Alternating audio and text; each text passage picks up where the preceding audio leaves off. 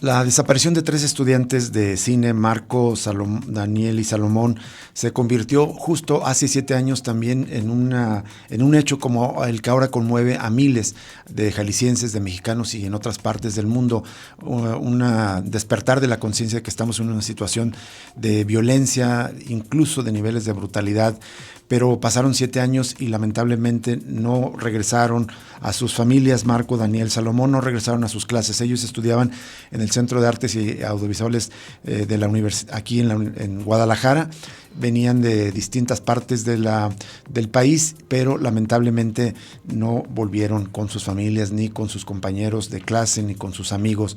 Para hablarnos de este tema le agradecemos enormemente a Carlos Manuel Valencia. Él es profesor del CAP y también del ITESO, y le agradecemos enormemente que nos tome esta llamada, porque desde la fecha en que desaparecieron, él fue profesor de estos jóvenes, de estos estudiantes, no ha dejado de estar acompañando a las familias en su búsqueda de sus hijos. Carlos, gracias por atender esta llamada. Hola, ¿qué tal, Rubén? Buenas tardes. Buenas tardes. Bueno, pues hice esta introducción, pero no sé si tú quieras hacer digamos, los radioescuchas más jóvenes que a lo mejor no tienen tan fresco en la memoria este suceso. ¿Cómo ocurrieron estos hechos hace 7 años y qué siguió después? Bueno, el 19 de marzo del 2018, Marcos, Salomón y Daniel, junto con otros compañeros y las primas de Salomón y Manuel, estaban grabando una tarea en un predio en Tonalá. Era una casa donde ellos ya habían entregado tareas hechas ahí. O sea, no era la primera vez que estaban en esa casa.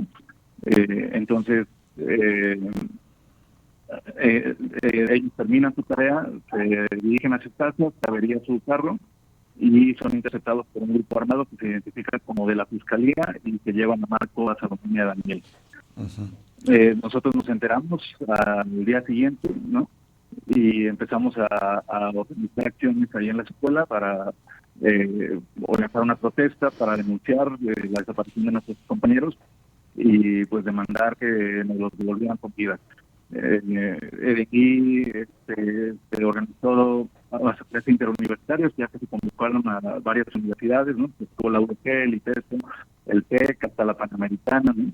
Y se hizo una serie de protestas durante más de un mes hasta que nos dieron la verdad histórica, ¿no? La verdad histórica que creó el Estado para desmovilizar y aterrorizar a la población, ¿no? De que nuestros alumnos habían sido asesinados y disueltos en una ciudad. Así es. Una verdad histórica, por lo demás, muy horripilante, según las entonces autoridades del gobierno que encabezaba Aristóteles Sandoval. Los 3 estudiantes supuestamente habrían sido detenidos, después incinerados en químicos, y eso aparentemente habría sido su fin. Sin embargo, nunca hubo evidencias de esa verdad histórica, Carlos. Es correcto. De hecho, las madres y las madres de Marco y Daniel y el papá de Daniel llevan estos 7 años tratando de luchar contra esa verdad histórica, ¿no? Mostrando las evidencias, las inconsistencias de la carpeta de investigación, donde no existen esas pruebas científicas justamente, ¿no? Incluso hablaban ayer en la rueda de prensa de que la perito forense dijo que en los bidones estos que supuestamente los habían disuelto no había restos humanos, sino solamente diésel, pues. Entonces, pues incluso el mismo gobernador Aristóteles les dijo, no hay evidencias de que hayan sido asesinados, sus hijos deben de estar por ahí. De hecho, una declaración muy grave del gobernador en una cosa que no sé cómo nombrarla, si kafkiana o dantesca, según él, por hacerlo sentir bien, les dijo, no, sus hijos deben de estar vivos por ahí porque justamente se los llevan para reclutarlos, ¿no? Que eso también es muy alarmante porque claro, nos dice que con esto del rancho de Chuchitlán, el Estado ya sabía de estos centros de reclutamiento, ¿no? Y de, claro, desde de terror, de exterminio, y desde el Aristóteles Sandoval, pues, ¿no? Así entonces los padres han estado intentando luchar, derrumbar esta verdad histórica, pero pues les ha costado mucho trabajo ya que no han tenido mucho eco en los medios. y esa verdad instauró y pues ha hecho que ni la Fiscalía Estatal ni la Fiscalía General hagan su trabajo, que es seguir buscando a nuestros compañeros en vida. Si te entiendo bien, el gobernador Aristóteles Sandoval les dijo, deben de andar por ahí después de que dieron a conocer la versión de que habían sido disueltos en ácido. No, fue antes. Uh-huh. Ellos tuvieron reuniones antes con el gobernador y bueno, eso fue, yo me enteré ayer en la rueda de prensa, yo no sabía esto. La señora Victoria, la mamá de Daniel, fue la que dice que el gobernador, en un intento como de calmarlos, les decía, deben estar por ahí. No, sus hijos no han sido asesinados, puede ser que estén reclutados, pues, ¿no? ¿Qué tal, Carlos? Te saluda Jesús Estrada. Hay un par de preguntas. Una, es sumamente grave esta situación, la construcción de esa verdad histórica dudosa, no solo porque no han aparecido los 3 jóvenes desaparecidos, pero además hay personas detenidas por esa construcción de la verdad histórica acusados del caso, ¿no? Es correcto, sí. De hecho, algo que denunciaron las madres ayer es que pues ya se llevaron juicios a cabo, ¿no? El año pasado, ya están sentenciados, pero declaran que hay muchas inconsistencias en las declaraciones y que varios de ellos declararon que fueron sometidos a tortura para afirmar esta versión de esta verdad histórica, ¿no? Algo similar a lo que pasó con Ayotzinapa. Exacto, eso es lo terrible. Ahora una duda también, Carlos, están enfatizando las madres y padres que 7 años después todavía no ha habido una búsqueda en campo, en vida de los 3 jóvenes. Si en aquel momento no se hubiese construido la verdad histórica y se hubiesen activado estas búsquedas en vida, digamos, y que pudiesen haber destapado cuestiones como lo que estamos viendo ahora, digo, en otros lugares, pues, pero centros de reclutamiento forzado como Teuchitlán. Sí, de hecho, justo leía la columna de Rubén ayer, de la que hace esta relación de la desaparición de nuestros compañeros hasta Teuchitlán. Definitivamente, si el Estado hubiera hecho su trabajo y hubiera las búsquedas en vida, ¿no? Y esto no hubiera quedado impune, obviamente no estaríamos viendo estos escenarios de terror que estamos viendo ahora.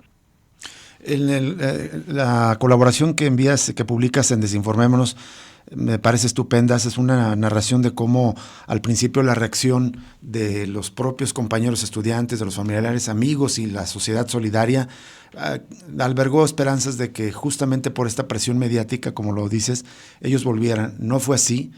Han pasado 7 años, no han vuelto, y hacia el final es una reflexión que me parece muy interesante. Dices, ¿cuántas heridas deben abrirse para que como sociedad salgamos a parar estas locuras? Hablas de las lágrimas que se producen por todos estos casos y que tu esperanza se merma. ¿Por qué hay esta sensación, Carlos?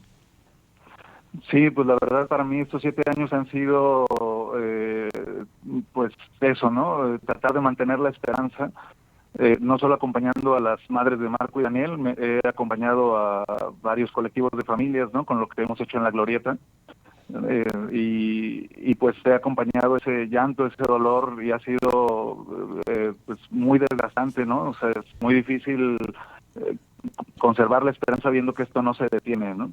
Entonces, yo sí me pregunto eso, ¿cuánto horror más debemos de presenciar como para que como sociedad paremos el país? Para mí, después de esto, el país debería estar parado, ¿no? Claro. O sea, esto de Teuchitlán, o sea, debería de ser un escándalo mundial donde el Estado ya se pusiera a trabajar a detener esto inmediatamente, pues, ¿no?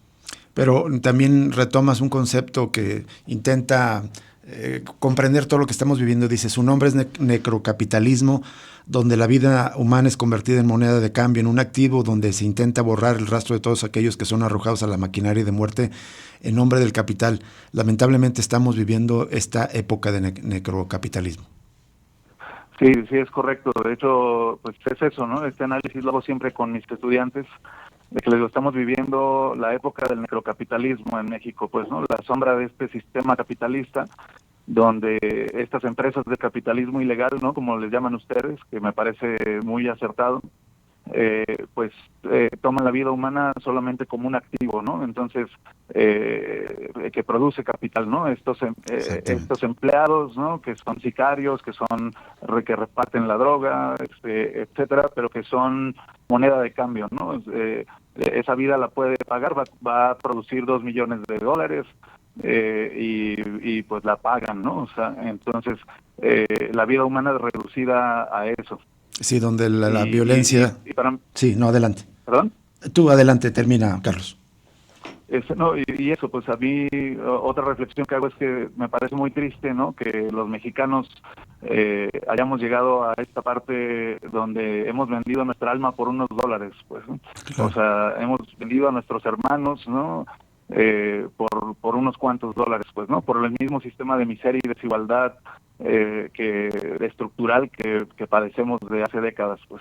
Así es, iba a decir que la violencia ahí se convierte en funcional para dinámicas de acumulación de capital, pero quisiera cerrar de mi parte la entrevista con esto, Carlos. Hablabas de tus estudiantes, les llevas a esta reflexión, y justo en tu experiencia con los estudiantes, fuiste profesor de Marco, de Daniel y de Salomón.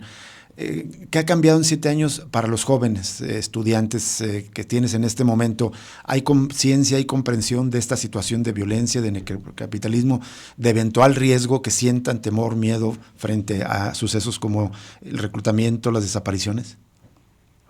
Pues en efecto son generaciones que ya crecieron en esta guerra, ¿no?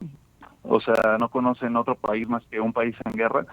Y bueno, aún así muchos no son tan conscientes. Nosotros como profesores tenemos que estar haciendo ese trabajo de reflexión constante con ellos, ¿no? De recordarles de memoria para que se cuiden, ¿no? Que aprendan a cuidarse, porque es lo que decimos, vivimos en un estado que no cumple su función, y entonces pues nosotros tenemos que aprender a cuidarnos, ¿no? Y a seguir todos los protocolos necesarios para que en nuestro caso, que son producciones cinematográficas, se puedan llevar con el menor riesgo posible, ¿no? Porque ahora nuestra profesión se ha convertido en una profesión de alto riesgo, ¿no? Las cámaras se llevan a un lugar y se convierten en una amenaza. Carlos, una última duda de mi parte, y solo para cerrar, ahorita que hablabas de la sombra del necrocapitalismo, ¿esa es la razón por la que, aunque pasan los gobiernos de todos los colores, se mantiene la impunidad y se mantiene esta maquinaria? ¿Ese es el punto en común, el necrocapitalismo? Totalmente, Jesús. Justamente no importa quién esté gobernando, el que gobierna es el capital, ¿no? Somete a los gobiernos, ¿no? Y pues justo esa es la pregunta que nos tenemos que hacer, ¿no? ¿Qué tan infiltrado está este capitalismo ilegal del narcotráfico en la economía de Jalisco, mexicana, ¿no? O sea, para empezar a atacarla, pues, ¿no? O sea, para empezar a quitar ese quiste, no sé cómo llamarlo, pues, ¿no? Exactamente. O sea, pero definitivamente, por ejemplo, yo ahorita veo a la gente de izquierda que está tratando de decir, no, pues es que los de la oposición están usando lo de Tuxtitlán para deslegitimar al gobierno. Pero yo digo, es que no pueden negar el horror, Por supuesto. o sea, no pueden decir que eso no existe, ¿no? O sea, entonces se está volviendo un ida y vuelta de señalamientos, y el problema no se atiende de todas maneras, pues, ¿no? Porque en efecto el capital está ahí, y eso es lo que se cuida, ¿no? Eso es lo que importa. Y entonces volvemos al asunto, la vida humana solamente está ahí para producir capital, por eso. Sí, terrible. Carlos Valencia, muchísimas gracias por aceptar conversar con nosotros. Buenas tardes. Buenas tardes, muchísimas gracias a los dos. Al contrario, Carlos Valencia, profesor de la Universidad de Medios Audiovisuales, justo donde estudiaban estos chicos, Salomón, Daniel y Marco, y bueno, pues que sigue acompañando a las familias. Vamos a compartir en las redes sociales la reflexión que publica en el portal Desinformémonos, muy interesante sobre esta reflexión a 7 años de la desaparición de Marco, Daniel y Salomón. Vamos a la pausa, regresamos con más información en hechos de violencia. Vamos a compartirle qué ocurrió con el saldo del brote de violencia que hubo ayer en el sur del estado, y también incautaciones de armamentos importantes que llevaron a cabo las fuerzas de seguridad del país en Jalisco esta mañana.